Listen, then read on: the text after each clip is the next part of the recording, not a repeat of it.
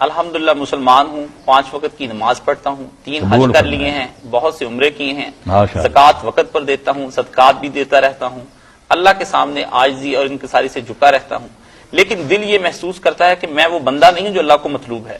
کبھی اپنے اندر خشوع نہیں پاتا ہوں، بارہا دل میں خیال آتا ہے کہ میں بالکل ٹھیک آدمی نہیں ہوں، برائے مہربانی مجھے بتائیے اس وسوسے کا میں کیا کروں۔ کبھی تو مجھے لگتا ہے کہ جو پچھلا کیا وہ بھی غلط ہے، پھر مجھے لگتا ہے کہ نہیں وہ ٹھیک تھا۔ میری اس مسئلے کے بارے میں کوئی حل فرمائے اس مسئلے کا۔ آپ نے بہت پیاری بات کی طرف توجہ دلائی۔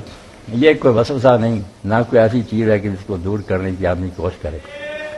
اس کے لیے دعا ہونی چاہیے کہ یہ چیز آدمی کے دل میں بڑھ جائے، وہ کسی جگہ پہنچ جائے نا، یہ نہ سمجھے کہ میں حد کمال کو پہنچ گیا ہوں، کامل ہو گیا ہوں، پورا نہیں، اپنے آپ کو ناقص خیال کرے۔ ہے جستجو کے خوب سے ہے خوب تر، یہ آگے سے آگے بڑھنا ہے، کوئی آخری حد پر نہیں پہنچ سکتا۔ اللہ کی بندگی کے بعد میں جہاں بھی جائیں ابھی ناقصی، اس لیے یہ بری بات نہیں۔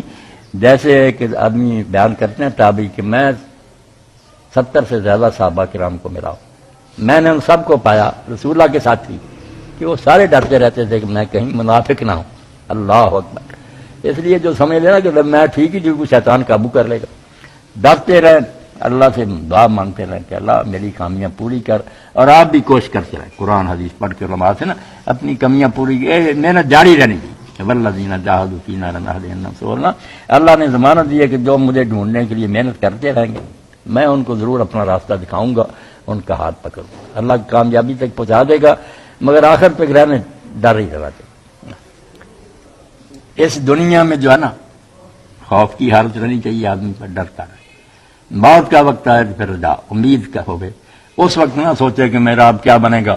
لوگوں سے بھی کہے کہ وہ حدیثیں سنا ہوئے ہیں جن میں خوشخبری ہے، اور آپ بھی یقین کریں۔ نبی علیہ السلام نے ایک شخص کو دیکھا، مر رہا تھا، پوچھا کیا حالت پاتے اپنے دل کی؟ اس نے کہا اللہ کے رسول اپنے عملوں کو دیکھتا ہوں تو ڈر ہے، اللہ کی رحمت دیکھتا ہوں تو امید ہے بھائی۔ حضور نے فرمایا اس وقت جس بندے کے دل میں یہ دونوں چیزیں اکٹھی ہوگی نا اس کا بیڑا پار ہے۔ اس لیے اپنے گناہ کو دیکھ کر ڈرے، مگر اللہ کی رحمت کی امید رکھے کہ میرے گناہ جتنے جی چاہے۔ ایک بڑی پیاری دعا ہے، چلو اسی مناسبت سے کروں، ائمہ اہل بیت علیہ السلام نے سکھائی کہ پڑھا کرو اللہم انا مغفرتک ارجا من عملی، اے اللہ میرے عملوں پر مجھے اتنا بھروسہ نہیں، نا امید جتنی تیری رحمت کی، ومغفرتک اوسط من ذنوبی، میرے گناہ چاہے کتنے زیادہ ہونا مگر تیری بخشش سے بہت زیادہ ہے۔ اس لیے اس بات پر بھروسہ کرے، باقی اپنی حد تک ڈرتا بالکل یہ نہ ہو کہ اعمال ضائع ہو جائیں۔ اللہ فضل فرمائے گا، کوشش جاری رکھیں۔ آپ کسی مقام پر پہنچ گئے، ہم اپنی نمازوں کو کیا کہیں کہ 5 وقت کی نماز آپ نے فرمایا اللہ کی توفیق دے۔ ابراہیم علیہ السلام سے بڑا کون نمازی ہوگا؟ اللہ کے خلیل ہیں، بیت اللہ کے بانی ہیں، مگر بڑھاپے میں جو دعا کی ہے وہ ہم پڑھتے ہیں اپنی نمازوں میں، رب اجعلنی مقیم الصلاۃ، میرے رب مجھ کو نماز کا صحیح ادا کرنے والا بنا۔ اس وقت بھی کہتے ہیں کہ نماز جو ہے نا اس کے بل نہیں نکلتے، اس میں کوئی نہ کوئی کجیہ ٹیر رہتی ہے، اس کو بہتر بنانے کے آگے سے آگے جانا چاہیے۔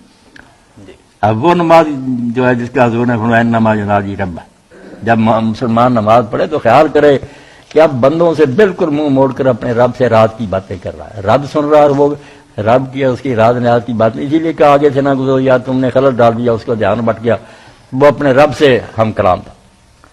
تو اس کے لیے محنت جاری رہنی چاہیے، کوئی نہ کہے کہ میں یہاں پہنچ گیا بس کامل ہو گیا، کم ہی کم۔